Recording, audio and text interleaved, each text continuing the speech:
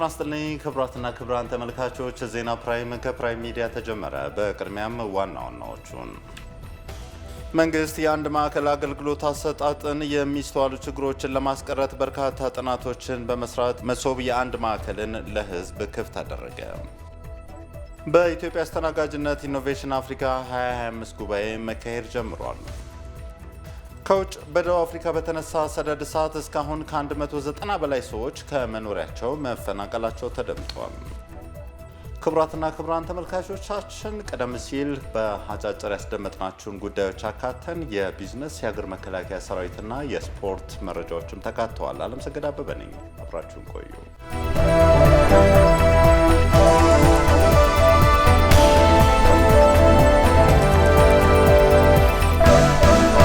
ወደ መጀመሪያ ጉዳይ እናልፋለን።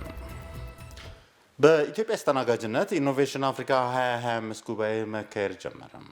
የትምህርት የቴክኖሎጂና የስራ ክህሎት ሚኒስቴር መስሪያ ቤቶች ከአፍሪካን ብሬንስ ጋር በመተባበር ያዘጋጁት ኢኖቬሽን አፍሪካ 2025 ጉባኤ በአዲስ አበባ በስካይላይት ሆቴል መካሄድም ጀምሯል። በዚህ ኢኖቬሽን አፍሪካ 2025 የትምህርት የቴክኖሎጂና ክህሎት ጉባኤ ላይ የአፍሪካ ሀገራት የዘርፉ ሚኒስትሮችና ልዑካን ቡድን አባላት፣ የተለያዩ ዓለም አቀፍ የትምህርት አጋር ድርጅቶች፣ የግሉ ሴክተር ኢንቨስተሮች እየተሳተፉም ይገኛሉ። ጉባኤውን በንግግር የከፈቱት የኢፌዴሪ ምክትል ጠቅላይ ሚኒስትር ክቡር ተመስገን ጥሩነህ ቀጣዩን ትውልድ ለመገንባት ትምህርት፣ ቴክኖሎጂና ክህሎት በጣም ወሳኝ በመሆናቸው በዚህ ጉባኤ ትርጉም ያለውና የሚተገበር ውይይት እንደሚደረግ ያላቸውን እምነትም ገልጸዋል። የኢትዮጵያ መንግስት ትምህርትና ክህሎትን ማዕከል በማድረግ በትምህርት ቤት ግንባታና መሰረተ ልማት መሻሻል፣ በዲጂታል ኔትወርክ እንዲሁም በፈጠራና ክህሎት ላይ ትኩረት ሰጥቶ እየሰራ እንደሚገኝም አንስተዋል። እንደ አፍሪካ በዚህ ረገድ የሚፈለገውን ለውጥ ለማምጣት እጅ ለእጅ ተያይዘን በጋራ እንስራ ሲሉ መልእክታቸውን አስተላልፈዋል። መንግስት የአንድ ማዕከል አገልግሎት አሰጣጥን ላይ የሚስተዋሉ ችግሮችን ለማስቀረት በርካታ ጥናቶችን መሰረት በማድረግ መሶብ የአንድ ማዕከልን ለህዝብ ክፍት አድርጓል። ማዕከሉ ዜጎች የተሟላ የዲጂታል አማራጮችን በመጠቀም በቀላሉ የተለያዩ የፌዴራል ተቋማት አገልግሎቶችን እንዲያገኙ ያስችላልም ተብሏል። ኢየሩሳሌም ሽመልስ ተጨማሪ ዘገባ አላት። በሀገራችን የተለያዩ ከተሞችም ሆነ በመዲናዋ በተለያዩ መንግስትና የግል ተቋማት የአገልግሎት አሰጣጥ ላይ በርካታ ችግሮች ይስተዋላሉ። የአገልግሎት አሰጣጡን ለማቀላጠፍና የሚስተዋሉ ችግሮችን ለመቅረፍም የተለያዩ እርምጃዎችም ተወስደዋል። ይሁን እንጂ አሁንም ድረስ ችግሮች እንዳልተፈቱ በተለያዩ ጊዜያት የሚነሱ አቤቱታዎች ማሳያ ናቸው። መንግስትም መሰል ችግሮችን ለማስቀረት በርካታ ጥናቶችን ሲሰራ በመቆየት መሶብ የአንድ ማዕከል አገልግሎትን ለህዝብ ክፍት አድርጓል። መሶብ የአንድ ማዕከል አገልግሎት በአንድ ጣሪያ ስር የተለያዩ የመንግስት አገልግሎቶችን በማጣመር የዲጂታል ቴክኖሎጂን በመጠቀም የሚሰጥ አገልግሎት ነው። የአሰራር ስርዓቱ ዜጎች የተሟላ የዲጂታል አማራጮችን በመጠቀም በቀላሉ የተለያዩ የፌዴራል ተቋማትን አገልግሎቶች እንዲያገኙም ያስችላል። ማዕከሉን መርቀው የከፈቱት ጠቅላይ ሚኒስትር ዶክተር አብይ አህመድ ይህን አዲስ ማዕከል ከሚገልጹት 3 አስደናቂ ጉዳዮች መካከል አገልግሎቶችን ለመስራትና ለማቀናጀት ሀገር በቀል አቅምን መጠቀማችን ነው ብለዋል። መሶብ የአንድ ማዕከል አገልግሎት መስጫ ቦታ ነው። እዚህ ቦታ ላይ 2-3 አስደናቂ ጉዳዮች አሉ። አንደኛው ይህ ህንፃ ከዚህ ቀደም የመንግስት መገልገያ የነበረ ህንፃ ነው። እኔም አውቀዋለሁ፣ ብዙ ሰዎች ያውቁታል። ይህን የመሰለ ውበት ይዞ አያውቅም። የነበረን ህንፃ በዚህ መንገድ አስውበን አሳምረን ለህዝባችን አገልግሎት ማዘጋጀታችን በጣም ደስ የሚል ነገር ነው። ሁለተኛ የተሰራው ሲስተም ሶፍትዌሩ ሙሉ በሙሉ በኢትዮጵያውያን የተሰራ ነው። ይህን ሲስተም እንድንገዛ ብዙ ሀገራት ጥያቄ ያቀረቡ ቢሆንም ከመረመርን በኋላ የኛ ልጆች መስራት ይችላሉ፣ ሀገር በቀል አቅም አለ የሚል አቋም ነበረን። እንደተባለውም እጅግ አስደማሚ በሆነ ፍጥነት ሀገር በቀል የሶፍትዌር ሲስተም ይህን ሰርቪስ መስጠት የሚያስችል ሰርተዋል። ሶስተኛ እዚህ ቦታ ያሉ ወጣቶች ናቸው። እዚህ ቦታ ያሉ ወጣቶች ብዙ ቦታ መድረስ የሚችሉ እንደሚሆኑ ተስፋ አደርጋለሁ። ከወዲሁ ስራውን አውቀው ስራውን ወደው ስቀው ለማገልገል ያላቸው ዝግጁነት ተጨማሪ ከሂውመን ካፒታል አንጻር እንደ ትርፍ የሚታይ ነው። ማዕከሉ 12 ተቋማትን ጨምሮ ከ40 በላይ የተለያዩ አገልግሎቶችን የሚሰጥ መሆኑን የገለጹት ጠቅላይ ሚኒስትሩ ዜጎች አገልግሎትን በተሻለ መንገድ እንዲያገኙ ያግዛልን ብለዋል። አሁን ዛሬ የጀመርነው የመሶብ አገልግሎት 12 ገደማ ተቋማት ከ40 በላይ ሰርቪስ አንድ ሰው እዚህ ያገኛል። ለምሳሌ ንግድ ፍቃድ ላወጣ ብፈልግ ንግድ ፍቃድም የፋይዳ ዲጂታል አይዲም እዚሁ መውሰድ እችላለሁ። ፓስፖርት እዚህ አለ። ገቢ መክፈል እችላለሁ። የባንክ አገልግሎት አለ። ቴሌኮም አለ። እና አንድ ሰው ለአንድ ሰርቪስ በርካታ ቦታ መጓዝ ሳይጠበቅበት እዚሁ መጥቶ እነዚያን ሰርቪሶች አንድ ቦታ ማግኘት ጥቂት የተሳካላቸው ሀገራት በከፍተኛ ኩራት ከሚናገሩባቸው ሪፎርሞች መካከል እንዲህ ያለው ስራ ነው። ኢትዮጵያ ውስጥ ታች ስንወርድ መታወቂያውም ችግር ነው፣ ኢንቨስትመንቱም ችግር ነው። የስራ ማግኛ መንገዶች ነገሮችም ቀላል አይደሉም። ቢሮ ይዘጋል፣ ስብሰባ በዛ ይባላል። ሰዎች በቀላሉ ሰርቪስ አያገኙ። ይሄን ለመፍታት ሁለት መንገድ ነው መንግስት የተከተለው። አንደኛው ቀበሌ ዋናው የመንግስት አካል ሆኖ መሰረት ሆኖ ቀበሌ ማዘመንና ሰርቪስ መስጠት የሚያስችል ተቋም ማድረግ ነው። ሁለተኛው መሶብን በእኛ ልጆች በእኛ ሲስተም እዚህ ቦታ መጀመር ነው። ይሄ ለኢትዮጵያ ሕዝብ ትልቅ የምስራች ነው። መሰል ማዕከላት በሀገሪቱ የተለያዩ ከተሞች ማስፋፋት እንደሚገባም ጠቅላይ ሚኒስትር ዶክተር አብይ አህመድ አመላክተዋል። በየከተማው አዳማ ያስፈልገዋል፣ ባህር ዳር ያስፈልገዋል፣ ጅጅጋ ያስፈልገዋል፣ ሐዋሳ ያስፈልገዋል፣ አርባ ምንጭ ያስፈልገዋል።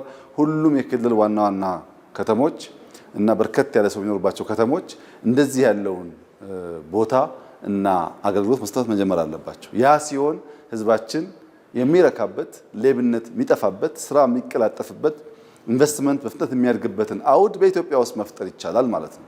ባለፉት ጥቂት ዓመታት ከሲስተም ጋር የሚያያዙ ዛሬውን ውጤታቸው የማይታይ በዘላቂነት ግን የኢትዮጵያን ኢኮኖሚ ለመሸከም የሚያስችላቸው ስራዎች ሰርተናል። ለምሳሌ የኳሊቲ ኢንፍራስትራክቸር ኤኒኮያ የሚባለው ተቋም በጣም ትልቅ አቅም ነው ለኢትዮጵያ። ከጥቂት ወራት በፊት ተመርቋል። እዚሁ አካባቢ ነው ያለው።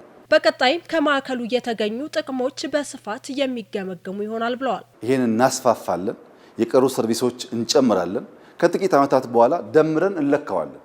በዚህ ሲስተም ምን አገኘንበት፣ በጊዜ ምን አገኘን፣ ምን ያክል ኤፊሽንሲ ጨመረ፣ ምን ያክል ሌብነት ቀነሰ፣ ምን ያክል እርካታ ጨመረ፣ ኢትዮጵያ ውስጥ የቢዝነስ ክላይሜቱ የኢንቨስትመንት ክላይሜቱ ምን ያክል የተመቻቸ ሆነ፣ የውጭ ዜጎች መጥተው ፍቃድ አግኝተው ለመስራት እንዴት ቀለላቸው፣ በዚያስ ምን ያክል ሰው ቀጠሩ፣ ምን ያክል አተረፉ የሚለውን ደግሞ በብዙ ኢንዲኬተርስ እንለካና ለህዝባችን መሶብ ያስገኘልንን ፋይዳ የምንገልጽበት ጊዜ ይኖራል። በማዕከሉ የሚሰጡ አገልግሎቶች ባለጉዳዮች ወደ ተለያዩ ቢሮዎች የሚያደርጉትን ምልልስ፣ ረጅም የወረፋ ጥበቃና ከወረቀት ጋር ተዛማጅ የሆኑ ስራዎችን እንደሚያስቀርም ተገልጿል። የአዲስ አበባ ከተማ አስተዳደር የ2017 በጀት ዓመት የ9 ወራት የስራ አፈጻጸም ግምገማ ከወረዳ እስከ ከተማ አስተዳደር ያሉ የስራ ኃላፊዎች በተገኙበት በዛሬው ዕለት ማካሄድ ጀምሯል። በመድረኩ የተገኙት የአዲስ አበባ ከተማ ከንቲባ አዳነች አቤቤ እንደ ከተማ ባለፉት 9 ወራት ውጤታማ ተግባራት ስለመከናወናቸውም ገልጸዋል። በመሆኑም ለውጤታማነት ምክንያት የሆኑ ተግባራትን አጠናክሮ ማስቀጠል ከሁሉም ፈጻሚ አካላት ይጠበቃልም ነው ያሉት። ስኬታማ ተግባራትን ማስቀጠል፣ ታቅደው ያልተከናወኑትን ደግሞ በትጋት መከወን በቀሪ ወራት ይጠበቃልም ብለዋል። የአሰራር ጉድለቶችና የመልካም አስተዳደር ችግሮች አሁንም ህዝብን እያማረሩ ነው ያሉት ከንቲባ አዳነች ጉድለቶችን በማረም ቅሬታን መቀነስና ችግር የሚፈጥሩ መሪዎች ላይም ተጠያቂነትን ማስፈን ይገባልም ብለዋል። በቀጣይ ቀሪ 3 ወራት ፈጻሚ አካላት ከማህበረሰቡ ጋር በመተባበር ለውጤት የሚያበቁ ተግባራትን በመከወን የበጀት ዓመቱን በስኬት ለማጠናቀቅ መትጋት ይጠበቃል ሲሉ ከንቲባ አዳነች አቤቤ በመክፈቻው ላይ ያስተላለፉት መልእክት የሚያሳያል። ክብርት ሸዊት ሻንካ ከአምባሳደር ኢቬጌኒ ትሪካሃኒ ጋር በትብብር በሚሰሩባቸው ጉዳዮች ላይ ውይይት አደረጉ። ክብርት ሸዊት ሻንካ የኢፌዴሪ ባህልና ስፖርት ሚኒስቴር ከሩሲያ አምባሳደር ኢቬጌኒ ትሪካሃን ጋር በባህል በኪነ ጥበብና በስፖርት ዘርፍ በጋራ ለመስራትም ተነጋግረዋል። በውይይቱ ኢትዮጵያ የብዝሃ ባህል ባለቤትና ታሪካዊ ሀገር እንደመሆኗ ከሩሲያ መንግስት ጋር በእነዚህ ዘርፎች በጋራ መስራት አስፈላጊነቱንም አንስተዋል። ኢትዮጵያ ለብሪክስ አባል ሀገራት ባህሏንና ኪነ ጥበቧን ለማስተዋወቅ እንዲሁም የህዝብ ለህዝብ ትስስርን ለማጠናከር እየሰራች ነው ያሉት የሩሲያ መንግስት በመደገፍ ጉዳዩንም በትብብር እንደሚሰራም ጠይቀዋል። በቀጣይ የጋራ የመግባቢያ ስምምነት በመፈራረም የሁለቱን ሀገራት ዲፕሎማሲያዊ ግንኙነቶችን ለማጠናከር በሚበጁ ስራዎች ላይም በጋራ ለመስራት መስማማታቸው ታውቋል። በተለያዩ ተቋማት እየተሰሩ ያሉ ለሰላም አዎንታዊ አስተዋጽኦ ያላቸውን ተግባራት ለማስፋት እየተሰራ መሆኑን የሰላም ሚኒስትሩ መሐመድ እድሪስ ገለጹ። የሰላም ሚኒስቴር የ2017 በጀት ዓመት የ9 ወራት እቅድ አፈጻጸም ሪፖርት በሕዝብ ተወካዮች ምክር ቤት የውጭ ግንኙነትና የሰላም ጉዳዮች ቋሚ ኮሚቴ መቅረብም ችሏል። በዚህ ወቅትም የሰላም ሚኒስትር መሐመድ እድሪስ እንዳሉት ባለፉት 9 ወራት ሰላማዊ የመማር ማስተማር ሂደትን ለማጠናከር ሀገራዊ ገዢ ትርክትን ለመገንባት በትምህርት ቤቶች የሰላም ክበባትን ለማጠናከር ስራዎች መሰራታቸውን አንስተዋል። በአገር ግንባታና ዘላቂ ሰላምን በማስፈን ልሂቃን ሊያበረክቱት በሚገባ ሚና ላይ ያተኮረ ውይይት በማድረግም የጋራ መግባባት ላይ መደረሱንም ተናግረዋል። ሀገራዊ ጥቅም፣ ማንነትና እሴትን ዘመኑን የዋጀ አርበኝነት ላይ ያተኮሩ 4 ሰነዶችን ማዳበር ስለመቻሉም ተጠቅሷል። በ12 ዙር ከ70 ሺህ በላይ የሰላም በጎ ፈቃድ ወጣቶችን ማሰማራት መቻሉን ገልጸው በዚህም ወጣቶች ህብረ ብሔራዊ አንድነትና ዘላቂ ሰላም ግንባታ ላይ የተለያዩ ስራዎች ማከናወናቸውንም ተናግረዋል። በተለያዩ ተቋማትም እየተሰሩ ያሉ ለሰላም አዎንታዊ አስተዋጽኦ ያላቸውን ተግባራት ሀገራዊ ለማድረግ እየተሰራ ስለመሆኑ መናገራቸውን የኢዜአ ዘገባ ያሳያል። ኢትዮ ቴሌኮምና ሲንቄ ባንክ በጋራ መስራት በሚችሉባቸው ጉዳዮች ላይ ስምምነት ፈጸሙ። ሲንቄ ባንክም ለዚህ ስምምነት 15 ቢሊዮን ብር መመደቡም ታውቋል። ታደሰ ታምራት ተጨማሪ ዘገባ አለው። ሲንቄ ባንክና ኢትዮ ቴሌኮም የዲጂታል ፋይናንስ አገልግሎት በጋራ ለመስራት የሚያስችላቸውን ስምምነት አካሄዱ። ኢትዮ ቴሌኮምና ሲንቄ ባንክ በጋራ በመሆን በቴሌብር የሞባይል ፋይናንስ አገልግሎቶችና የዲቫይስ ፋይናንሲንግ አገልግሎት በስካይላይት ሆቴል በተካሄደ መርሃ ግብር ላይ ነው ያስጀመሩት። ሲንቄ ባንክ በ26 ዓመታት ታሪክ ውስጥ በባንክ አገልግሎት ተደራሽ መሆን ላልቻሉ የከተማና የገጠር ማህበረሰብ ሰፊ የማይክሮ ፋይናንስ አገልግሎቶችን በማቅረብ የፋይናንስ ተደራሽነቱን በቀዳሚነት ሲያረጋግጥ የነበረ ተቋም ነው። ባንኩ አሁን የደረሰበትን የዲጂታል አማራጮችን በማስፋት ማህበረሰቡ የዲጂታል ብድርን በቀላሉ ለማግኘት የሚያስችለውን ወቢ ዲጂታል ፋይናንስ የተሰኘ የዲጂታል ፋይናንሲንግ አገልግሎት በይፋ አስጀምሯል። ወቢ በአፋን ኦሮሞ ቋንቋ ዋስ ወይም ዋስትና ማለት ነው።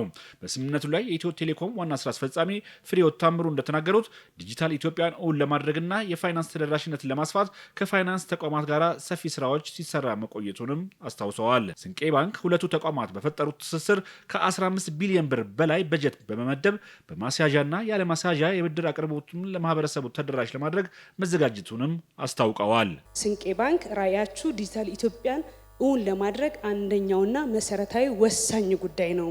አንዱ የኔም ራዕይ ማገለግላቸው በአብዛኛዎቹ አርሶ አደሮች ብድር ለመበደር ሲመጡ ኮኔክትድ አይደሉም። ስለዚህ ካሉበት ሆኖ ብድሩን መክፈል ወይም ደግሞ እንደዚሁም ደግሞ ለመበደርም ሲፈልጉ ለመቆጠብም ሲፈልጉ ይቸገራሉ። ስለዚህ ኮኔክት ለማድረግ በምትሄዱት ጥረት በዚህ ራዕይ ውስጥ እኔም ማገዝ ፈልጋለሁ፣ ለዚህ ፋይናንስ አደርጋለሁ ብሎ ምን ያህል መድቧል የሚለውን ደግሞ ወደ ኋላ ታያላችሁ ማለት ነው። ስለዚህ ዛሬ አንዱ ትልቁ አናውንስ የምናደርግላችሁ ተስፋ ሰጪ ሆነ በዲጂታል ኢትዮጵያ ጉዟችን ዲጂታል ዲቫይድን ብሪጅ የሚያደርግልን ኢንተርቪን የሚያደርግልን የዲቫይስ ፋይናንሲንግ ነው ብለን እናምናለን። ሌላኛው የኤስኤምኢ ነው። የግለሰቦች ብድር ትርጉም የለውም እያልኩ አይደለም፣ በጣም አስፈላጊ ነው፣ ምንም ጥርጥር የሌለው። ከዛ በላይ ደግሞ የጥቃቅንና አነስተኛ የምንላቸውንም በተመሳሳይ ኢንተርቪው ማድረግ ያስፈልጋል ብለን አስባለን። ይሄው ብሬኪንግ ኒውሱ ይሄ ነው የሚሆነው ማለት ነው። ስለዚህ 15 ቢሊዮን የኢትዮጵያ ብር በሚቀጥሉ ይሄ እንግዲህ አፈጻጸማችንና ጸባያችን እየታየ እንግዲህ ሲንቄ ባንክ ከፍ እንደሚያደርገው ተስፋ እናደርጋለን። ሁላችንም በጋራ ሆነን አፈጻጸሙን ውጤታማ እንዲሆን ሁላችንም እንሰራለን ማለት ነው።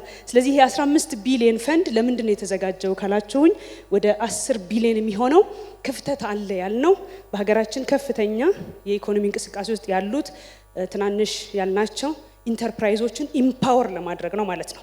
እነሱን ኢምፓወር ስናደርግ ብዙ የስራ እድል እንፈጥራለን፣ ብዙ ችግሮችን እንፈታለን። በገጠርም በከተማም ያሉ እንደዚህ አይነት ኢንተርፕራይዞችን ማስፋት እንችላለን ማለት ነው። ስለዚህ ፋይዳው ከፍተኛ ነው የሚሆነው ብለን እናስባለን። ወደ 10 ቢሊዮን ገደማ የሚሆነው ይህን ብድር የሚያገኙት ደግሞ ሲንቄ ጋር እየመጡ ከዚህ ቀደም እንደሚያደርጉት በየብራንቹ ጊዜ የሲንቄም የደንበኞቹም ጊዜ ባክኖ አይደለም።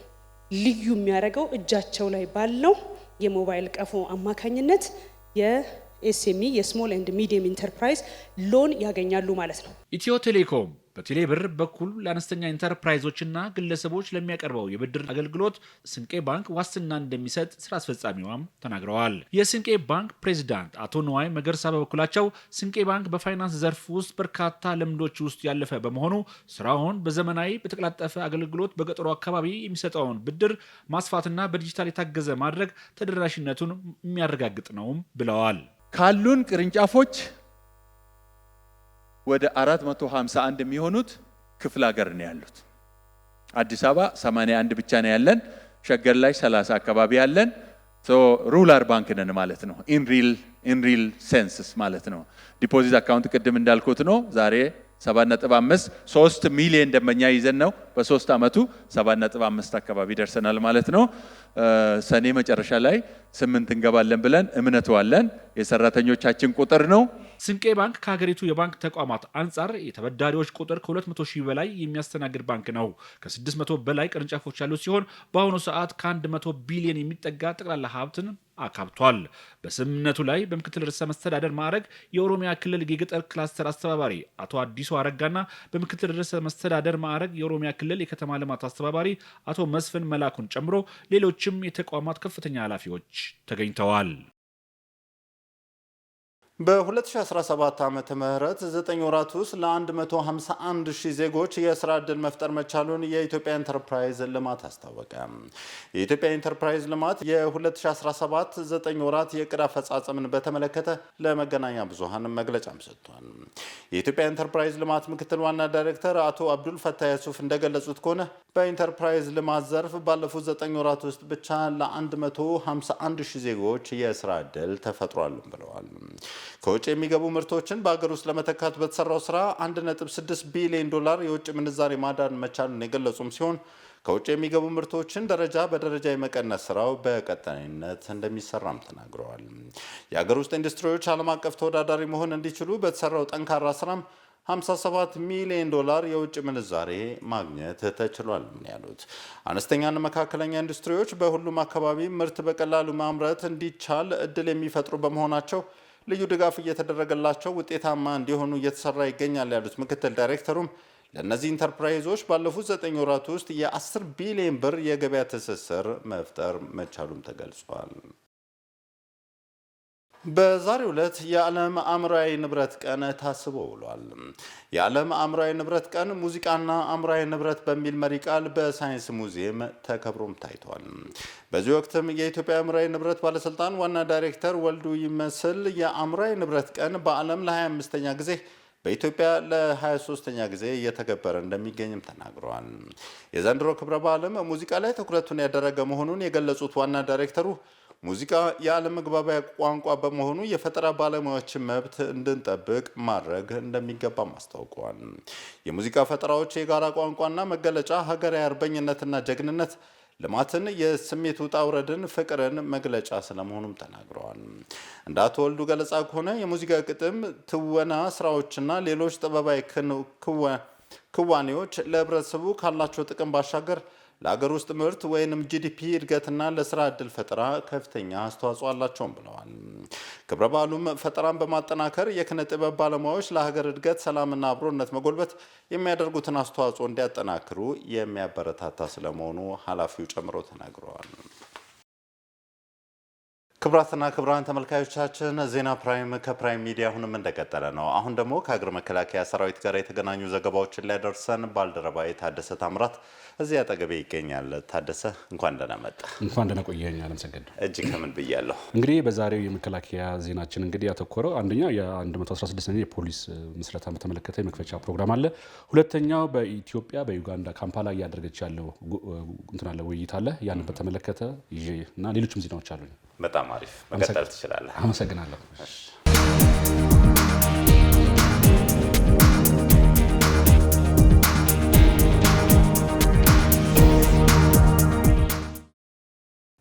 የምስራቅ አፍሪካ ስትራቴጂካዊ ቀጠናነት የሚመጥን ጠንካራ የፖሊስ ኃይል መገንባት ያስፈልጋል ሲሉ ምክትል ጠቅላይ ሚኒስትር ተመስገን ጥሩነህ ገለጹ። የኢትዮጵያ ፌዴራል ፖሊስ የተመሰረተበትን 116ኛ ዓመት በማስመልከት አምስተኛው የምስራቅ አፍሪካ ፖሊስ አዛዦች ህብረት አባል ሀገራት ስፖርታዊ ውድድር የመክፈቻ መርሃ ግብር በሻምበል አበበ ቢቂላ ስታዲየም ተካሂደዋል። ምክትል ጠቅላይ ሚኒስትር ተመስገን ጥሩነህ በመክፈቻ ንግግራቸው ኢትዮጵያ የአፍሪካውያን የሺህ ዘመናት ስልጣኔ መገለጫ፣ የነጻነት ፋና ወጊ እንዲሁም የተቋማት ምስረታ ታሪካዊ ማስረጃ ናት ብለዋል። ለዚህም ከ116 ዓመታት በፊት በ1901 ዓ.ም የተመሰረተው የኢትዮጵያ ፖሊስ ሁነኛ ምልክት መሆኑንም አንስተዋል። ኢትዮጵያ በአስቸጋሪ ወቅት ከዓለም አቀፍ መድረኮች ለአፍሪካውያን ተሟጋች ሀገር መሆኗን ገልጸው ከሌሎች አፍሪካውያን ጋር አህጉራዊ ቀጠናዊ ህብረት ድርጅቶችን መመስረቷንም ተናግረዋል። የምስራቅ አፍሪካ ህዝቦች የጋራ ታሪክ፣ ቋንቋ፣ ባህልና ራዕይ ያለን ነን ያሉት ምክትል ጠቅላይ ሚኒስትሩ የኢትዮጵያ ፖሊስ ከተለያዩ ሀገራት ጋር በወንድማማችነት መንፈስ በትብብር እየሰራ መሆኑንም ገልጸዋል።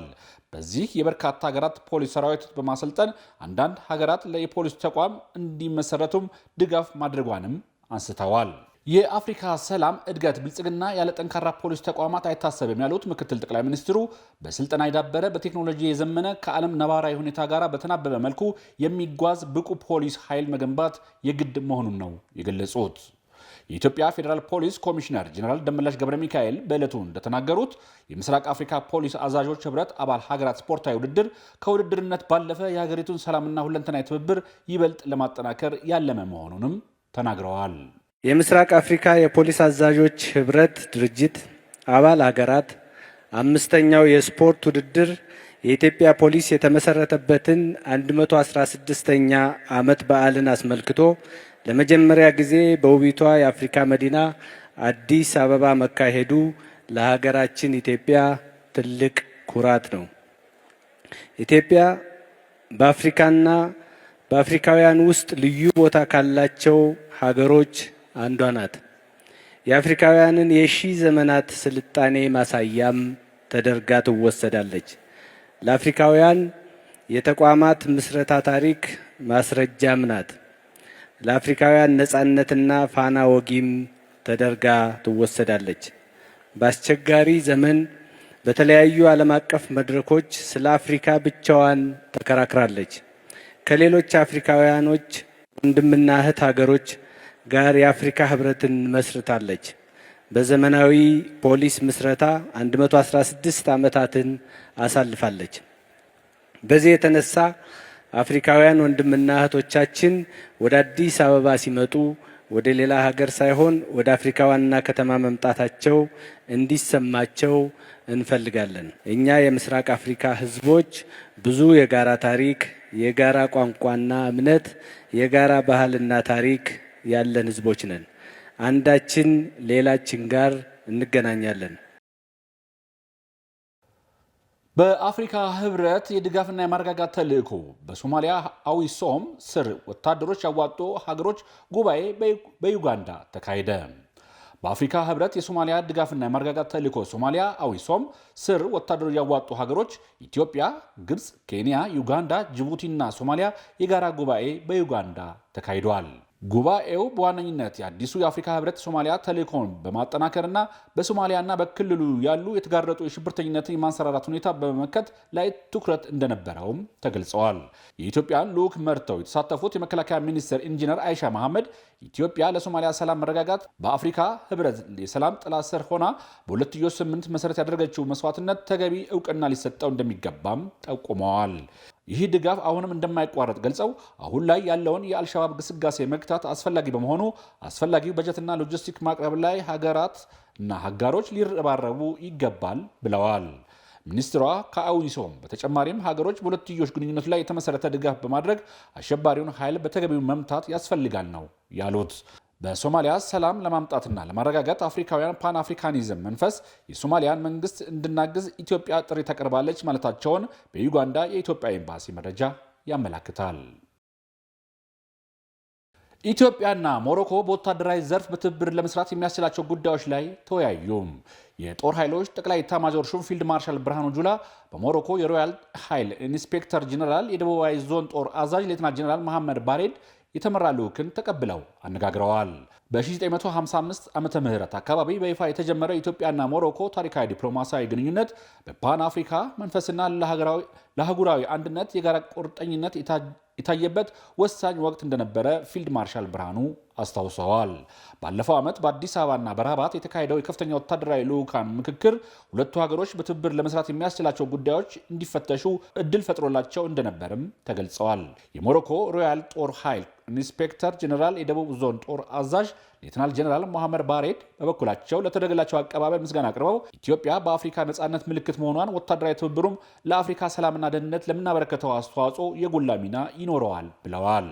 ሁለቱ ሀገራት በተለያዩ የአፍሪካ ቀጠና የሚገኙ መሆናቸውን የገለጹት የመከላከያ የውጭ ግንኙነት ወታደራዊ ትብብር ዋና ዳይሬክቶሬት ዳይሬክተር ሜጀር ጄኔራል ተሾመ ገመቹ በየቀጠናው ከሚያበረከቱት አስተዋጽኦ በተጨማሪም በጋራ ለአፍሪካ ሰላምና ደህንነት እንዴት በትብብር መስራት እንዳለባቸው፣ ምን ጉዳዮች ላይ መተባበር እንዳለባቸውም ውይይት ተደርጓል ሲሉም ተናግረዋል። እነኚህ ሁለቱ ሀገሮች በአፍሪካ ሰላምና ደህንነት ላይ በየቀጠናዎቻቸው ከሚያበረክቱት አስተዋጽኦ በተጨማሪ እንደ አጋር ሀገር በጋራ ለአህጉራችን ሰላምና ደህንነት አብሮ እንዴት መስራት እንዳለባቸውና ምን ጉዳዮች ላይ መተባበር እንዳለባቸው በሁለቱ ኃላፊዎች ውይይት ተደርጎበታል። ከዚህ በተጨማሪ ሁለቱም መከላከያዎች ብሔራዊ የማስፈጸሚያ ቁልፍ ተቋማት እንደመሆናቸው መጠን ይህንን የተጣለባቸውን ኃላፊነት ከመወጣት አኳያ የአቅም ግንባታ ስራዎች ማለትም የተቋማት አቅም ግንባታ ስራዎች ቀጣይነት ያላቸውና አስተማማኝ መሆን እንዳለባቸው ስለሚታመን የአቅም ግንባታ ሲታሰብ ደግሞ በአገር ቤት በሚደረጉ ስልጠናዎችና በአገር ቤት አቅም ብቻ ሳይሆን ከወዳጅ ሀገራት ጋር አቅሞችን በመጋራት ተሞክሮዎችን በመጋራት አብሮ መስራት እንደሚያስፈልግ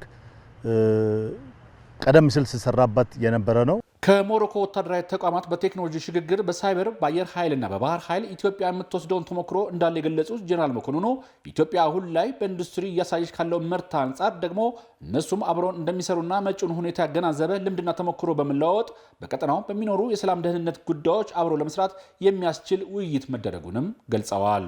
አሁን ባለንበት ሁኔታ ከሞሮኮ የመከላከያ ተቋም ጋር አንደኛ በቴክኖሎጂ ሽግግር አብረን እንደምንሰራ፣ ሁለተኛ ከቴክኖሎጂ ሽግግር ውስጥ ምናልባትም ሳይበር ላይ ካላቸው የተሻለ ተቋም አኳያ አብረን እንደምንሰራ ያነሳናቸው ጉዳዮችና የተወያዩበት ሁኔታ ነው ያለው። ሌላው ደግሞ በአየር ኃይልና በኔቪ አብረን እንደምንሰራ ውይይቶች ተደርገዋል። ከኛ አንጻር ደግሞ ከኢትዮጵያ ካላት የመከላከያ የኢንዱስትሪ ብቃት እና እያሳየች ካለችው ምርት አንጻር ከኢንዱስትሪያችን ጋር ብዙ ስራዎችን ለመስራት አቅም ለመጋራት ተሞክሮ ለመውሰድ ከኛ ለመማር እና ሌሎች ከሰፕላይ ጋር የተያያዙ ጉዳዮችንም አንስተው የተወያየንባቸው ሁኔታዎች ነው ያሉት። ይሄንን ለማሳለጥ እንዲቻል የኤምኦዩ እንደምንፈርም በቅርቡ ኦልሬዲ ከዚህ በፊት ታይቶ ሁለታችንም የተስማማንበት አለ። በሁለቱ የተቋማት ኃላፊዎች በቅርብ ጊዜ ይፈረማል።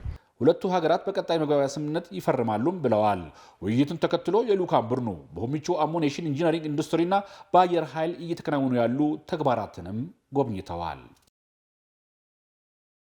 የኢፌዴሪ አየር ኃይል ዋና አዛዥ ሌተናል ጄኔራል ይልማ መርዳሳ ለታላቅ ሀገር አየር ኃይል በሚል መርህ አየር ኃይል በሰው ኃይል ግንባታ ትጥቆችን ማሳደግና ከዘመኑ አቅም ላይ መድረስ መሰረተ ልማቶችን ተቋሙ በሚመጥን ልክ በማስፋፋት ትኩረት በመስጠት እየሰራ ስለመሆኑም ገለጹ። አየር ኃይሉ ካለው ተልዕኮ በተጓዳኝ አውሮፕላንን ጠግኖ ወደ ኃይል መመለስ የዚሁ አንዱ አካል ነው ብለዋል። ዳሽ 5 ወይም ቡፋሎ በሚል መጠሪያ የሚታወቀውና ለቀድሞ የኢትዮጵያ ፕሬዝዳንት መንግስቱ ኃይለማርያም አገልግሎት ይሰጥ የነበረው አውሮፕላን ከአንድ ዓመት ጊዜ በላይ አስፈላጊ ጥገና በአየር ኃይል ቴክኒሻን በመስጠት ከ37 ዓመት በኋላ ለበረራ ማብቃት እንደተቻለም ተናግረዋል።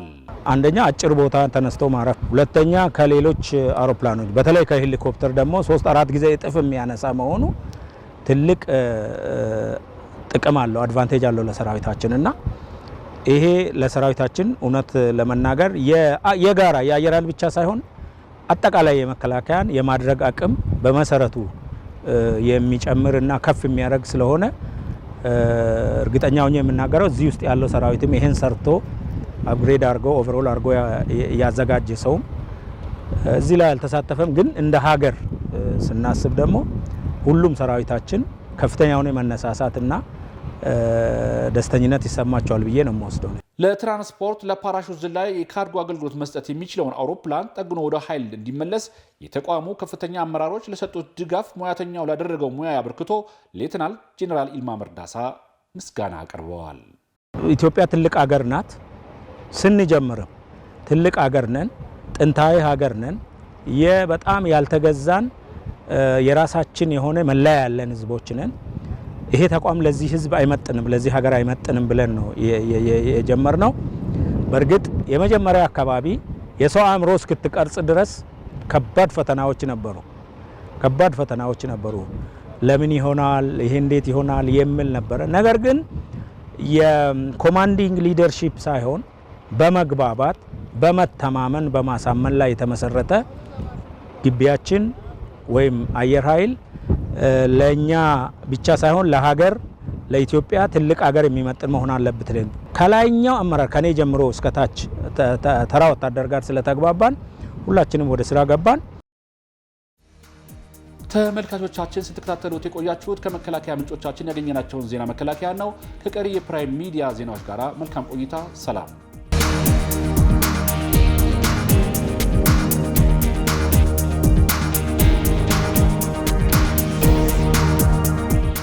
ክብራትና ክብራን ተመልካቾች አሁን ደግሞ የቢዝነስ ዘገባዎችን የምንከታተልበት ሰዓት ላይ ተገኝተናል። ባልደረባ ኢየሩሳሌም ሽመልስ እዚህ አጠገቤ ትገኛለች። ኢየሩሳሌም እንኳን ደህና መጣሽ። አመሰግናለሁ። እንግዲህ በእለቱ ትልልቅ የመገናኛ ብዙሃን ከተቀባበሏቸው ጉዳዮች መካከል የኢራን አፍሪካ የቢዝነስ ፎረም ተጠቃሽ ይመስለኛል። ምናልባት ከሱና ሌሎች ጉዳዮች እጅሽ ላይ እንዳሉ እየተመለከትኩ ነውና ለማንኛውም እስቲ ምን አይነት ጉዳዮች አሉ?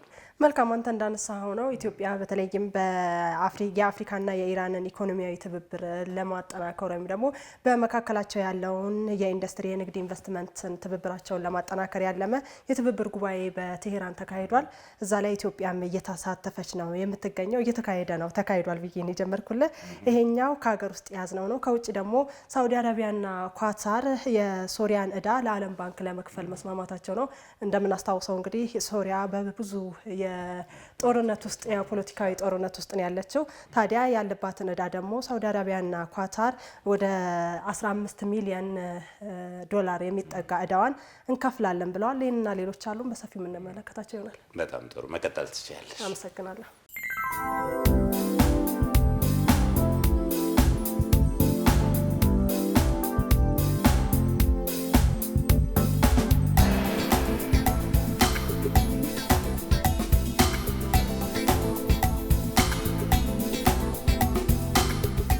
ኢትዮጵያ በቴሄራን እየተካሄደ በሚገኘው ሶስተኛው የአፍሪካ ኢራን ኢኮኖሚያዊ ትብብር ጉባኤና በኢራን ዓለም አቀፍ ኤክስፖ ላይ እየተሳተፈች ትገኛለች። ጉባኤው በዋናነት በኢራንና በአፍሪካ ሀገራት መካከል ያለውን የኢንዱስትሪ የንግድና ኢንቨስትመንት ትስስር ለማጠናከር አተኩሮ የሚካሄድ ሲሆን በኢንዱስትሪ ሚኒስቴር ዴኤታ ሐሰን መሐመድ የተመራ የልዑካን ቡድንም በመድረኩ ላይ እየተሳተፈ ይገኛል። የኢራን ፕሬዝዳንት መሱድ ፔዝሽኪያን ባደረጉት ንግግር ሀገራቸው በጤና፣ በንግድ፣ በኢንዱስትሪና በግብርና ያስመዘገበችውን ስኬት በሚመለከት ልምድ፣ ተሞክሮና ቴክኖሎጂ ለአፍሪካ ሀገራት ለማካፈል ዝግጁ መሆናቸውን ተናግረዋል። በኢራንና በአፍሪካ ሀገራት መካከል ያለውን የንግድ ልውውጥ መጠን በመጪው ዓመት ወደ 10 ቢሊዮን ዶላር ለማሳደግ መታቀዱንም ነው የተናገሩት። ጉባኤው በነዳጅ፣ በፋርማሲካል፣ በማዕድንና በኢንዱስትሪዎች እንዲሁም በግብርና፣ ኢነርጂ፣ ንግድና ኢንቨስትመንት ላይ አተኩሮ እንደሚካሄድ የውጭ ጉዳይ ሚኒስቴር መረጃ ያመለክታል። ኢትዮጵያና የአሜሪካ ዓለም አቀፍ የፋይናንስ ኮርፖሬሽን በስትራቴጂክ ኢንቨስትመንት ላይ ለመተባበር ተስማሙ።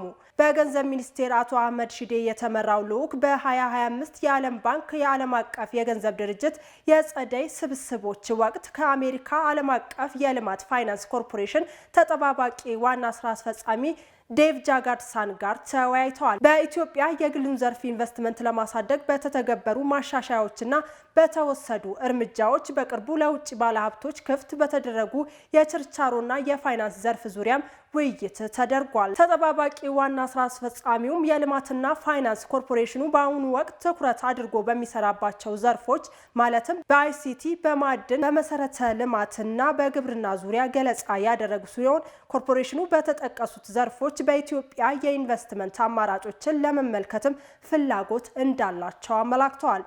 ሚኒስቴሩን በበኩላቸው ስራ አስፈጻሚው በጠቀሷቸው ዘርፎች በርካታ የኢንቨስትመንት እድሎች ያሉ መሆኑን የልማትና ፋይናንስ ኮርፖሬሽን ልዑክ ወደ ኢትዮጵያ መጥቶ አዲስ የታቀደውን የዓለም አቀፍ አውሮፕላን ማረፊያ ግንባታን ፋይናንስ ለማድረግ የሚችሉባቸው እድሎች ካሉ እንዲሁም ሌሎች የኢንቨስትመንት አማራጮችን እንዲመለከቱም ጋብዘዋል። በ2017 ዓ.ም 9 ወራት ለ151 ሺህ ዜጎች የስራ ዕድል መፍጠር መቻሉን የኢትዮጵያ ኢንተርፕራይዝ ልማት አስታወቀ። የኢትዮጵያ ኢንተርፕራይዝ ልማት ምክትል ዋና ዳይሬክተር አቶ አብዱል ፈታ የሱፍ በኢንተርፕራይዝ ልማት ዘርፍ ባለፉት 9 ወራት ለ151 ሺህ ዜጎች የስራ ዕድል መፈጠር ተችሏል ብለዋል። ከውጭ የሚገቡ ምርቶችን በሀገር ውስጥ ለመተካት በተሰራው ስራም 1.6 ቢሊዮን ዶላር የውጭ ምንዛሬ ማዳን ተችሏል። ከውጭ የሚገቡ ምርቶችን ደረጃ በደረጃ የመቀነስ ስራም በቀጣይነት እንደሚሰራም ተናግረዋል። የሀገር ውስጥ ኢንዱስትሪዎች ዓለም አቀፍ ተወዳዳሪ መሆን እንዲችሉ በተሰራው ጠንካራ ስራም 57 ሚሊዮን ዶላር የውጭ ምንዛሬ ማግኘት ተችሏልም ነው ያሉት። አነስተኛና መካከለኛ ኢንዱስትሪዎችም በሁሉም አካባቢ ምርት በቀላሉ መመረት እንዲችል እድል የሚፈጥሩ በመሆናቸው ልዩ ድጋፍ እየተደረገላቸውም ውጤታማ እንዲሆኑ እየተሰራ ይገኛል ያሉት ምክትል ዳይሬክተሩ ለእነዚህ ኢንተርፕራይዞችም ባለፉት 9 ወራት የ10 ቢሊዮን ብር የገበያ ትስስር መፍጠር መቻሉንም አብራርተዋል። በመላው ሀገሪቱም ኢንዱስትሪ እንዲስፋፋ ልዩ ትኩረት በመስጠት በተሰራው ስራም 2752 አዳዲስ ኢንዱስትሪዎች ማቋቋም መቻሉም ነው የተናገሩት። ተመልካቾቻችን የቢዝነስ ዜናዎቻችን ነው የተከታተላችሁ ያላችሁት። አሁን ደግሞ ከውጭ ምንጭ ወዳገኘናቸው ዜናዎች እናልፋለን። ደቡብ አፍሪካ፣ ናይጄሪያ እና አንጎላ ከሰሃራ በታች ያሉትን የአፍሪካ ሀገሮች እድገት ዘግተዋል ሲል የዓለም ባንክ አስታወቀ። የዓለም ባንክ ከሰሃራ በታች ባሉ የአፍሪካ ሀገራት የኢኮኖሚ እንቅስቃሴ በ2024 ከነበረበት 3.3 በመቶ በ2025 ወደ 3.5 በመቶ ከፍ እንደሚል በመግለጽ በ2026 እና በ2027 ወደ 4.3 በመቶ ያድጋልም ብሏል። ይሁን እንጂ ባንኩ ባወጣው ዘገባ እያንዳንዱ የሀገሪቱ ትላልቅ ኢኮኖሚዎች በአንጎላ፣ በናይጄሪያ እና በደቡብ አፍሪካ እየተመዘገቡ ስለመሆናቸው ነው የተናገረው። እነዚህን 3 ሀገራት ሳይጨምር ቀሪው የሰሃራ በታች የአፍሪካ ሀገራት በ2025 በ4.6 በመቶ እንደሚያድጉ የተገለጸ ሲሆን በ2026 እና 2027 ወደ 5.7 በመቶ ያድጋል ተብሎ ይጠበቃል ሲል ያስነበበው ቢዝነስ ኢንሳይደር ነው። ሳውዲ አረቢያና ኳታር የሶሪያን ዕዳ ለዓለም ባንክ ለመክፈል ተስማሙ።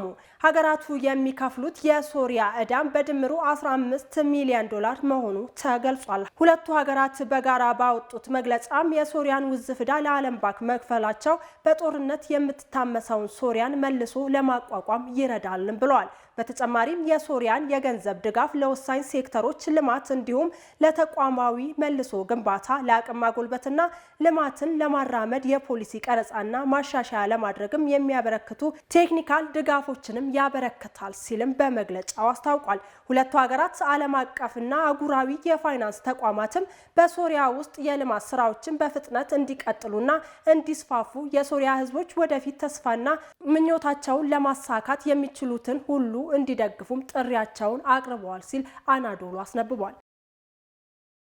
ተመልካቾቻችን ለሰዓቱ ያዝናቸውን የቢዝነስ ዜናዎች ከማጠቃላችን በፊት ደግሞ የውጭ ምንዛሬ መረጃን ተከታትለን እንመለስ።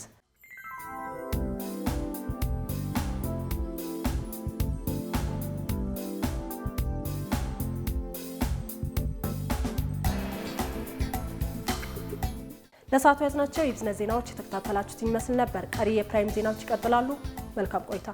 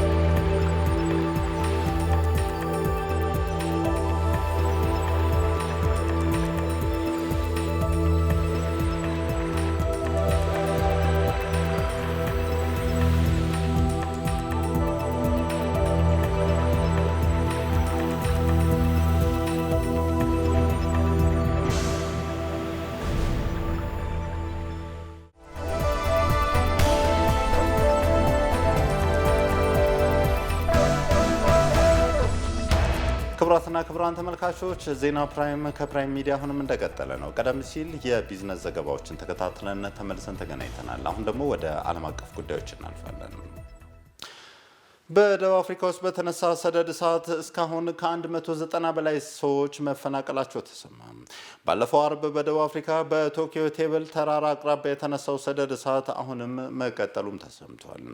የኬፕታውን ከተማ የእሳት አደጋ ተከላካዮች እንደገለጹት ከሆነ እሳቱን ለመቆጣጠር እየሞከሩ ቢሆንም እሳቱ ወደ ቦይስ ድራይቭ፣ ካልክቤ፣ ፊሽ ሆክና ኖርዳሃክ አካባቢዎች ተዛምቷል ብለዋል። በዚህም ተንከባካቢ የሌላቸው 48 ደካሞችን ጨምሮ 198 አባወራዎች ተፈናቅለዋል ሲል ቢቢሲም ዘግቧል። በደቡባዊ የሀገሪቱ ክፍል አካባቢዎች መንገዶች የተዘጉም ሲሆን ሁኔታውን ለመቆጣጠር በ12 ሰዓታት ፈረቃ የእሳት አደጋ ተቆጣጣሪዎች እየሰሩ እንደሚገኝም ተነግሯል። በአካባቢው ያለው ኃይለኛ አውሎ ንፋስ እሳቱን እያባባሰው ከመሆኑም ባለፈ ቃጠሎ አስቸጋሪ በሆኑ ተራራማ ቦታዎች ላይ የተከሰተ በመሆኑ በምድር ላይ ተጉዘው እሳቱን ለመቆጣጠር ለሚሞክሩ ሰራተኞች አዳጋች እንደሆነባቸው የቢቢሲ ዘገባም ያሳያል። አሜሪካ በየመን የአፍሪካ ስደተኞች ማቆያ ላይ በፈጸመችው የአየር ድብደባ ወደ 68 የሚጠጉ ዜጎች መገደላቸው ተሰማ። አሜሪካን በሰሜን ምዕራብ የመን የሁቲ ቁጥጥር ስር በሚገኘው የአፍሪካ ስደተኛ ማቆያ ጣቢያ ላይ በፈጸመችው የአየር ጥቃት ኢትዮጵያውያንን ጨምሮ ወደ 68 የሚጠጉ ዜጎች ሕይወታቸው ስለማለፉ ተሰምቷል። የሁቲዎች ምሽግ በሆነው በየመን ሰዓዳ ከተማ ውስጥ በተደረገው ጥቃት በጎረቤት ሀገር ሳውዲ አረቢያ የስራ ዕድል ለማግኘት ሲሉ ከሀገራቸው የተሰደዱ በርካታ ቁጥር ያላቸው አፍሪካውያን ለህልፈት መዳረጋቸውን ተሰምቷል። በሳዕዳ ግዛት የሚገኘው የአፍሪካ ስደተኞች ማቆያ ጣቢያ በቦምብ መመታቱን ተከትሎም ከሟቾች በተጨማሪ 43 ሰዎች ከፍተኛ ጉዳት እንደደረሰባቸው ተሰምቷል። ይህንንም ተከትሎ በህንፃዎች ፍርስራሽ ስር የተሸፈኑ በርካታ አካላትን የሚያሳዩ ምስሎች አልማሲራ የተባለው የቡድን የቴሌቪዥን ጣቢያ በምስል አስደግፎ ማሳየቱም ተሰምቷል። ነገር ግን የአሜሪካ ማዕከላዊ እዝ ፕሬዝዳንት ዶናልድ ትራምፕ በፈረንጆቹ መጋቢት 15 በሁቲዎች ላይ የአየር ዘመቻ እንዲጠናከሩ ካዘዙ በኋላ ጦሩ ከ800 በላይ የሁቲ ኢላማዎችን ስለመምታቱ አያይዞም ተዘግቧል። ክቡራትና ክቡራን ተመልካቾች በዜና ፕራይም ቆይታ ሁልጊዜ መጨረሻ ላይ ወደ እናንተ የምናደርሰው የስፖርት መረጃዎችን የምንከታተልበት ሰዓት ላይ ተገኝተናል። ሀብታሙ ምትኩ ደግሞ እዚህ አጠገቤ ይገኛል። ሀብታሙ እንኳን ደህና መጣ። እንኳን ደህና ቆይኛል። ትናንትና ሊቨርፑል የ2024/25 የውድድር ዘመን ሻምፒዮንነቱን አውጇልና አንፊልድ ላይ የነበረው ድባብ አጠቃላይ በሊቨርፑል ከተማም የተመለከትነው ድባብ በጣም የተለየ ነበር። ምናልባት ሊቨርፑል ትናንትና ሻምፒዮን መሆኑን ተከትሎ የተሰሙ አዳዲስ የተመዘገቡ ቁጥራዊ አሃዞችም ይኖራሉ ብዬ አስባለሁ። በትክክል ቀደም ብለን እናነሳው ትናንትና ከአንፊልድ ውጭም የነበረው ድባብ እጅግ የተለየ ነበር። በጣም ከተማ የሊቨርፑል ማሊያ ቀዩ መስራ ነበር እየዋላችሁ። ይህም የሆነበት አንደኛው ምክንያት ደግሞ ሊቨርፑል በ2019 ዋንጫውን ቢያሸንፍም በወቅቱ በነበሩ ኮቪድ ጊዜ በሆኑ ምክንያት ደጋፊ አብሮ ደስታውን አላከበረው ነበር። አሁን ግን ያንን ደስታ ማክበር ችሏል። ያም ማለት ደግሞ ከ35 ዓመታት በኋላ ነበርና እጅግ የተለየ ድባብ ነበር የነበረው። ከሳምንታት በኋላ ደግሞ ዋንጫውን ሲረከብ የተለየ ስሜት እንደሚኖረው ይጠበቃል። አርነ ስሎት ታሪክ የሰሩበትንም ጨዋታ እንደሆነ መናገር እንችላለን። ከሱ ጋር በተያያዘ መረጃዎች ይኖራል። ከዛ ማለት ፌስቶች ፕሪሚየር ሊግ ዛሬ ኢትዮጵያ ንግድ ባንክ ሻምፒዮን መሆን የሚችልበትን እድል ሳይጠቀምበት ቀርቷል ከባህር ዳር ከተማ ጋር ነጥብ በመጋራቱ። ነገር ግን ነገ ሐዋሳ ከተማ ማሸነፍ ካልቻለ የኢትዮጵያ ንግድ ባንክ ለተከታታይ 5ኛ ጊዜ ፕሪሚየር ሊጉ ሻምፒዮንነቱን ያረጋግጣል። ወደ ውጭ ስንወጣ አንድ ማስገራሚ መረጃ ዛሬ እየወጣ ነበር የሚገኘው። አሌክስ እንደምታስታውሰው በአውሮፓ ቻምፒየንስ ሊግ ሪያል ማድሪድ ከአርሰናል ጋር በነበረው ጨዋታ ላይ የጨዋታ ይራዘምልኝ ጥያቄ አቅርቦ ላሊጋ ውድቅ አድርጎበት ነበረ። ፈረንሳይ ላይ ደግሞ ፒኤስጂ ተቀባይነት አግኝቶ ጨዋታውን ቀደም ብሎ አድርጎ ነበር። በቻምፒየንስ ጨዋታ ቀደም ብሎ አሁን በሳምንት ዩሮፓ ሊግም ቻምፒየንስ ሊግም የግማሽ ፍጻሜ ጨዋታዎች አሉ። አንድ ክለብ ግን ገና ለፍጻሜ ሳይደርስ በወቅቱ ያለው ጨዋታ እንዲራዘምለት ጥያቄ አቅርቦ የብዙዎች መነጋገሪያ ሆኗልና ያ ክለብስ ማኑ ለምንስ ውድቅ ተደረገበት የሚሉን በዜናችን አካተናል። ያው እንግዲህ ከአራቱ ክለቦች አንዱ ነው የሚሆነው የሚጠበቅ ይመስለኛል።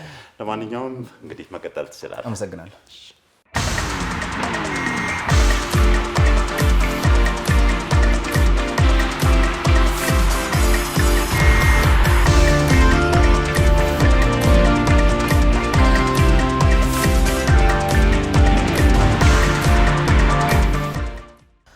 በሴቶች ፕሪሚየር ሊግ ኢትዮጵያ ንግድ ባንክ ነጥብ ጣለ። በኢትዮጵያ ሴቶች ፕሪሚየር ሊግ የ4ኛ ሳምንት ቀዳሚ ጨዋታ ዛሬ ረፋድ ላይ ሲደረግ ኢትዮጵያ ንግድ ባንክ ከባህር ዳር ከተማ አቻ ተለያይቷል። 1-1 በተጠናቀቀው ጨዋታ ፍቅር ተካሳ ለባህር ዳር ከተማ፣ ረድኤት አስረሳይን ደግሞ ለኢትዮጵያ ንግድ ባንክ ግቦቹን አስቆጥረዋል። ማሸነፍ ቢችል የሊጉን ሻምፒዮንነት ያረጋግጥ የነበረው ኢትዮጵያ ንግድ ባንክ ነጥቡን 56 አድርሷል። ባህር ዳር ከተማ በበኩሉ ነጥቡን 21 በማድረስ ላለመውረድ የሚያደርገውን ትግል አጠናክሮ ቀጥሏል። የሊጉ መርሃ ግብር በነገው ዕለትም ሲቀጥል ረፋድ 4 ሰዓት ላይ ሐዋሳ ከተማ ከአዲስ አበባ ከተማ እንዲሁም 10 ሰዓት ላይ ቂርቆስ ክፍለ ከተማ ከአርባ ምንጭ ከተማ ይጫወታሉ። በደረጃ ሰንጠረዡ ሁለተኛ ላይ የሚገኘው ሐዋሳ ከተማ በነገው ጨዋታ አዲስ አበባ ከተማን ማሸነፍ ካልቻለ የኢትዮጵያ ንግድ ባንክ የ2017 ዓ.ም የኢትዮጵያ ሴቶች ፕሪሚየር ሊግ ሻምፒዮን መሆኑን ያረጋግጣል። የጣሊያን ሴሪ ሳምንቱ የመጨረሻ ጨዋታዎች ምሽቱን ይደረጋሉ። በምሽቱ ቀዳሚ ጨዋታ ስታዲዮ ፍሩሊሌ ዩዲኒዜ ከቦሎኛ ጋር ከምሽት 1 ሰዓት ከ30 ጀምሮ ጨዋታቸውን በማድረግ ላይ ናቸው። ቀሪ የምሽቱ ጨዋታዎች ከ3 ሰዓት ከ45 ጀምሮ ሲደረጉ ማርክ አንቶኒዮ ቤንቴጎዲ ስታዲየም ላይ ሄላስ ቬሮና ከካግሊያሪ እንዲሁም ስታዲዮ ኦሎምፒኮ ላይ ላዚዮ ከፓርማ ጨዋታቸውን ያደርጋሉ። በትናንትናው ዕለት በተደረጉ ጨዋታዎች ኢንተር ሚላን በሮማ 1-0 ሲሸነፍ፣ ናፖሊ በበኩሉ በስኮት ማክቶሚኒያ 2 ግቦች ቶሪኖን አሸንፏል። ነጥቡን 74 ያደረሰው የአንቶኒዮ ኮንቴው ናፖሊ ውጤቱን ተከትሎም የሴሪኤውን መሪነት ከኢንተር ሚላን ተረክቧል። አርነ ስሎት በመጀመሪያ የውድድር ዘመናቸው የእንግሊዝ ፕሪሚየር ሊግ ዋንጫን በማሸነፍ 5ኛው አሰልጣኝ ሆነዋል። ኔዘርላንዳዊ አሰልጣኝ አርነ ስሎት ክለባቸው ሊቨርፑል በትናንትናው ዕለት ቶተንሃም ሆትስፐርስን 5-1 ካሸነፈ በኋላ የሊጉ ሻምፒዮን መሆኑን ማረጋገጡ ይታወቃል። በአንፊልዱ ክለብ የመጀመሪያ ዓመታቸው ድሉን ያሳኩት አሰልጣኙ በቀዳሚ ዓመት የሊጉ ቆይታቸው የሊጉን ክብር በመቀዳጀት በታሪክ 5ኛው አሰልጣኝ ሆነዋል። ከእርሳቸው አስቀድሞ ሆዜ ሞሪኖ፣ ማኑኤል ፔሌግሪኒ፣ ካርሎ አንቸሎቲና አንቶኒዮ ኮንቴ በመጀመሪያ ዓመታቸው የሊጉን ዋንጫ አሸንፏል። የ46 ዓመቱ አሰልጣኝ የእንግሊዝ ፕሪሚየር ሊግ ዋንጫን ያሸነፉ የመጀመሪያው ኔዘርላንዳዊ አሰልጣኝ በመሆንም ስማቸውን አጽፏል። በተጨማሪም በሊቨርፑልም ከጆ ፋጋንና ኬኒ ዳልግሊሽ በመቀጠል በመጀመሪያ የውድድር ዘመናቸው የሊግ ዋንጫ በማሸነፍ 3ኛው አሰልጣኝ መሆን ችሏል። ከ3 እና 4 ዓመታት በፊት አልመው የነበረውን ህልሜን ነው ያሳካሁት። የሊቨርፑል አሰልጣኝ መሆን ኩራት ነው። ዋንጫ አሸንፈው ደግሞ የታሪክ አካል መሆን ሌላ የተለየ ስሜት አለው ሲሉ ከድሉ በኋላ አሰልጣኝ አርነ ስሎት ተናግረዋል። ለመጀመሪያ ጊዜ የሊቨርፑልን ጨዋታ ከቶተንሃም ሆትስፐርስ ጋር ሲጫወት በፔፕ ላይንደርስ ግብዣ መመልከታቸውን ያነሱት አርነ ስሎት ቶተንሃምን አሸንፈው ዋንጫውን ማረጋገጣቸው ደግሞ የተለየ ግጥምጥሞች ነው ሲሉ በአግራሞት ተናግረዋል። በስታዲየሙ የቀድሞውን አሰልጣኝ የርገን ክሎፕን ስም በመጥራት የዘመሩት አሰልጣኙ ጥሩ መሰረት ጥሎልኝ ነው የሄደው፣ ያም ደግሞ ለስኬት አብቅቶኛል በማለት ክሎፕን ያመሰገኑበትን ምክንያት አብራርተዋል።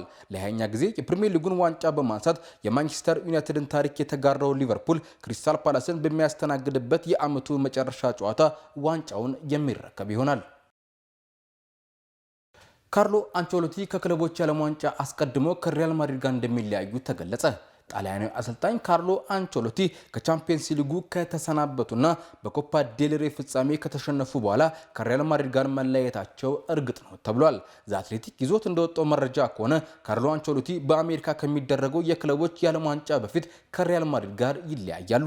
የባየር ሊቨርኩሰኑ ዣቢ አሎንሶ የአንቸሎቲ ምትክ የመሆን ከፍተኛ ቅድመ ግምትንም አግኝቷል። በተጨማሪም አንቸሎቲ የብራዚል ብሔራዊ ቡድንን በመረከብ በ12 ወራት ውል ለመሾም ተቃርበዋልም ሲል ዘገባው አመላክቷል። አሰልጣኙ በ2026 የዓለም ዋንጫ የብራዚል ብሔራዊ ቡድንን እንዲመሩ ኃላፊነት እንደሚሰጣቸው በስፋት እየተዘገበ ይገኛል። ቶተንሃም ሆትስፐርስ ለፕሪሚየር ሊጉ ያቀረበው የጨዋታ ቀን ቅያሪ በተጋጣሚው ክለብ ውድቅ ተደረገ። የአንጅ ፖስቴኮግሉ ቶተንሃም ሆትስፐርስ በቀጣይ ወር ከአስቶን ቪላ ጋር ቪላ ፓርክ ላይ የሚያደርገው ጨዋታ የቀን ለውጥ እንዲደረግበት ነው ጥያቄ ያቀረበው። እንደ ምክንያት ያቀረበውም ለዩሮፓ ሊግ ፍጻሜ ከደረሰ አስቀድሞ ለጨዋታው በቂ የመዘጋጃ ጊዜ ለማግኘት ነው ተብሏል። ክለቡ የግማሽ ፍጻሜ ጨዋታውን ከቦዶ ግሊምት ጋር ከማድረጉ አስቀድሞ ይህንን ጥያቄ ማቅረቡም በብዙዎች ዘንድ ግርምትን ፈጥሯል። ጨዋታው ግንቦት 10 እንዲደረግ መርሃ ግብር የወጣለት ሲሆን ቶተንሃም ያቀረበው ጥያቄ ከ3 ቀናት አስቀድሞ ግንቦት 7 እንዲደረግ ነው። ሳን ማሜስ ላይ የሚደረገው የዘንድሮ የዩሮፓ ሊግ የፍጻሜ ጨዋታ ግንቦት 13 እንደሚደረግ ይታወቃል። ተመልካቾች ለምሽቱ የነበሩ ስፖርት ዜናዎቻችን እኚህን ይመስሉ ነበር። መልካም ምሽት።